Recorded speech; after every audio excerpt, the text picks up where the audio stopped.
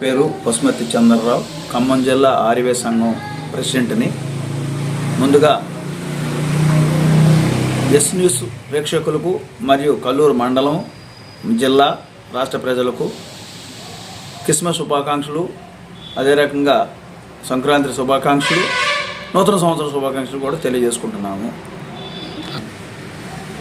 ఈ కొత్త సంవత్సరంలో వ్యాపారస్తులకి, రైతు వర్గాలకి అందరికీ సుఖశాంతులతో మంచి కలిసి రావాలని కోరుకుంటున్నాము. అదే రకంగా రాష్ట్రంలో కాంగ్రెస్ పరిపాలన కూడా ప్రజలకి మంచి కార్యక్రమాలు జరగాలని వారిని సీఎం రేవంత్ రెడ్డి గారిని కూడా కోరుకుంటున్నాను.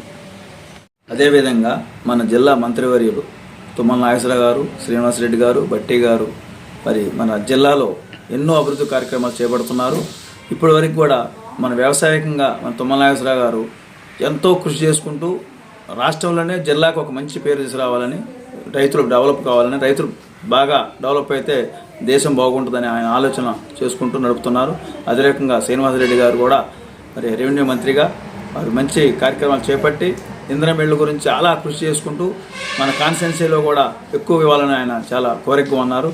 అదే రకంగా బట్టి గారు ఉప ముఖ్యమంత్రి గారు, ఆయన కూడా ప్రజలతో ఎప్పుడో మమేకమై మరి నందిని మేడం గారు కూడా ప్రజలతో సంబంధం చక్కగా మాట్లాడి వాళ్ళకి ఏ సమస్య మీద పనులు చేస్తూనే ఉన్నారు.